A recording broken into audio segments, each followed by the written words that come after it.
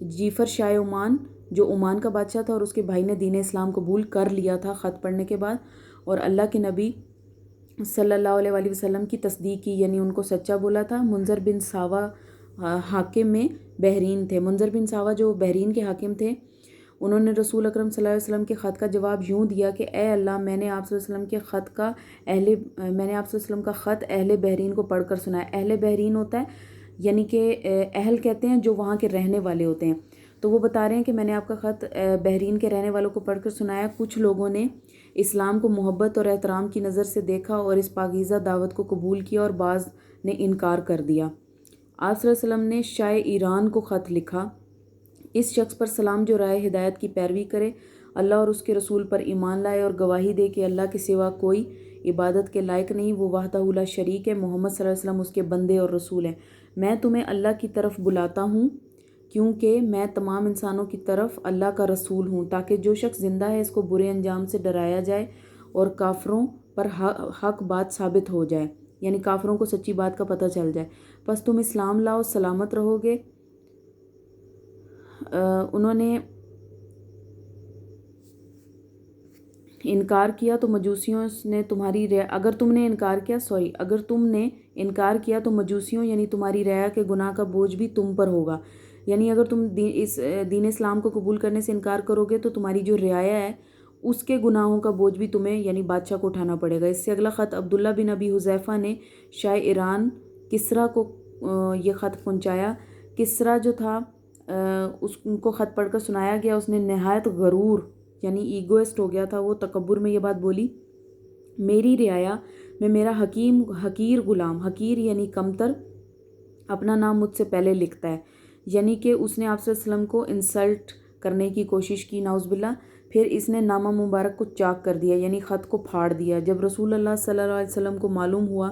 تو آپ صلی اللہ علیہ وسلم نے فرمایا اللہ اس کی مملکت کو پارا پارا کر دے، یعنی اللہ تعالیٰ اس کے ملک کو بھی اسی طرح ٹکڑے ٹکڑے کر دے جس طرح اس نے میرے خط کے ٹکڑے کیے ہیں۔ پھر وہی ہوا جو آپ صلی اللہ علیہ وسلم نے فرمایا تھا۔ کسریٰ کے بیٹے شیرویہ نے اپنے باپ کو قتل کر دیا۔ خلیفہ ثانی یعنی جو دوسرے خلیفہ تھے، ثانی کا مطلب ہوتا ہے دوسرے، امیر المومنین عمر رضی اللہ تعالیٰ عنہ کے زمانے میں ایران فتح ہو گیا اور سرزمین ایران پر دین اسلام کی روشنی پھیل گئی۔ اس کے بعد نیکسٹ خط ہے حضرت حاطب بن ابی بلتہ رسول اکرم صلی اللہ علیہ وسلم کا خط لے کر مقوقس شاہ مصر کی طرف گئے۔ آپ صلی اللہ علیہ وسلم نے لکھا سلام اس پر جو رائے حق پر چلے، میں تمہیں اسلام کی دعوت دیتا ہوں، دین اسلام قبول کر لو، سلامت رہو گے، اللہ تمہیں دوہرا اجر دے گا یعنی دگنا اجر دے گا، لیکن اگر تم نے روح گردانی کی یعنی منہ پھیرا تو کپتیوں کا گناہ بھی تم پر ہوگا۔ خط میں کپتیوں کو دعوت دیتے ہوئے لکھا ایک ایسی بات کی طرف آؤ یعنی ایک ایسے دین کی طرف آؤ جو میرے اور تمہارے درمیان برابر ہے، ہم اللہ کے سوا کسی کی عبادت نہ کریں اور اس کے ساتھ کسی کو شریک نہ ٹھہرائیں، ہم اللہ کو چھوڑ کر ایک دوسرے کو رب نہ بنائیں، پس اگر وہ منہ موڑیں تو کہہ دو ہم مسلمان ہیں۔ مقوقس نے رسول اللہ صلی اللہ علیہ وسلم کے خط کو توجہ اور احترام سے سنا، آپ صلی اللہ علیہ وسلم کے سفیر کا احترام کیا، آپ صلی اللہ علیہ وسلم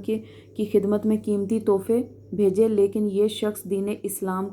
سے محروم رہا، یعنی اس نے بھی اسلام قبول نہیں کیا تھا۔ نیکسٹ پیج پر آ جائیں، پیج نمبر 35۔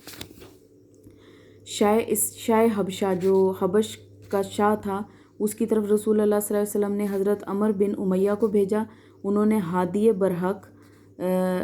کے حوالے کیا صلی اللہ علیہ وسلم کے حوالے کیا تو نجاشی نے نامہ مبارک لے کر اپنی آنکھوں پر رکھا، یعنی جو خط بھیجا تھا وہ نجاشی نے لے کر اپنی آنکھوں پر رکھا اور تخت سے زمین پر اتر آیا، تخت پہ بیٹھا ہوا تھا، جب خط پہنچا تو زمین پر اتر آیا اور دین اسلام قبول کر لیا۔ پھر رسول اکرم صلی اللہ علیہ وسلم کی خدمت میں یہ خط لکھا، اے اللہ کے نبی، السلام علیکم ورحمۃ اللہ وبرکاتہ، اللہ کے سوا کوئی عبادت کے لائق نہیں، مجھے آپ صلی اللہ علیہ وسلم کا گرامی نامہ ملا یعنی خط ملا، جس میں آپ صلی اللہ علیہ وسلم نے سیدنا عیسیٰ علیہ السلام کا ذکر فرمایا، زمین و آسمان کے رب کی قسم، آپ صلی اللہ علیہ وسلم نے جو کچھ لکھا ہے، حضرت عیسیٰ علیہ السلام اس سے ایک تنکا بڑھ کر نہ تھے، وہ ویسے ہی ہیں جیسے آپ نے ذکر فرمایا، آپ صلی اللہ علیہ وسلم جو کچھ ہماری طرف بھیجا ہے ہم نے اس کو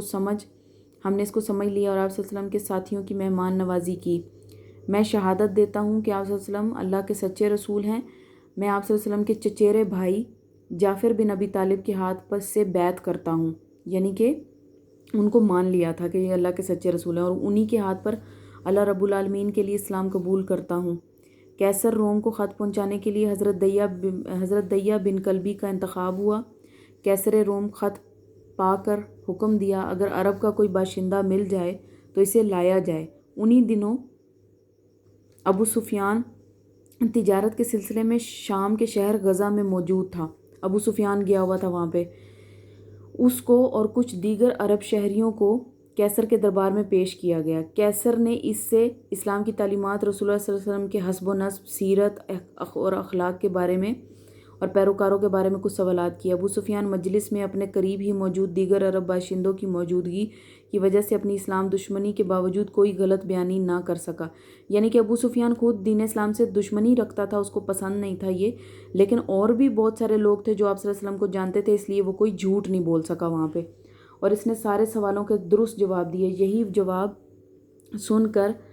کیسر کو رسول اللہ صلی اللہ علیہ وسلم کی سچائی کا یقین ہو گیا۔ اس نے ابو سفیان سے کہا اگر تمہارے جواب صحیح ہیں تو وہ وقت آنے والا ہے جب میرے پایا تخت یعنی میری سلطنت تک بھی حضور پاک صلی اللہ علیہ وسلم کا قبضہ ہوگا۔ مجھے معلوم تھا ایک رسول آنے والا ہے، لیکن یہ خیال نہ تھا کہ ان کا ظہور عرب میں ہوگا، یعنی وہ کہتا ہے میں جانتا تھا کہ ایک رسول آنے والا ہے، لیکن مجھے یہ آئیڈیا نہیں تھا کہ وہ عرب میں ہوں گے۔ کیسر نے اللہ کے نبی صلی اللہ علیہ وسلم کی عظمت کا اعتراف کرتے ہوئے کہا اگر میں وہاں جا سکتا تو ان کے پاؤں دھوتا۔ کیسر کے خیالات کو سن کر اس کے درباری برہم ہو گئے، یعنی کہ اس کے درباریوں کو غصہ آ گیا کہ یہ حضور پاک کی صلی اللہ علیہ وسلم کی نعوذ باللہ مطلب یہ اتنی تعریف کیوں کر رہا ہے، یعنی کہ ان کو غصہ ہو گئے، وہ ان کو اچھا نہیں لگا۔ تو ان لوگوں نے دین اسلام کی دعوت سے بیزاری کا اظہار کیا، یعنی ان کو برا لگا، وہ اسلام قبول نہیں کرنا چاہتے تھے ان کے جو ساتھی تھے۔ کیسر دل سے دین حق کی سچائی مان چکا تھا، کیسر کو دل سے دین پسند تھا، لیکن اس ڈر سے کہ مجھ سے میری سلطنت چھین لیں گے میری قوم کے لوگ، تو وہ دین اسلام کو قبول نہ کر سکا اور دونوں جہانوں کی بھلائی سے بھی محروم رہ گیا۔ جزاک اللہ۔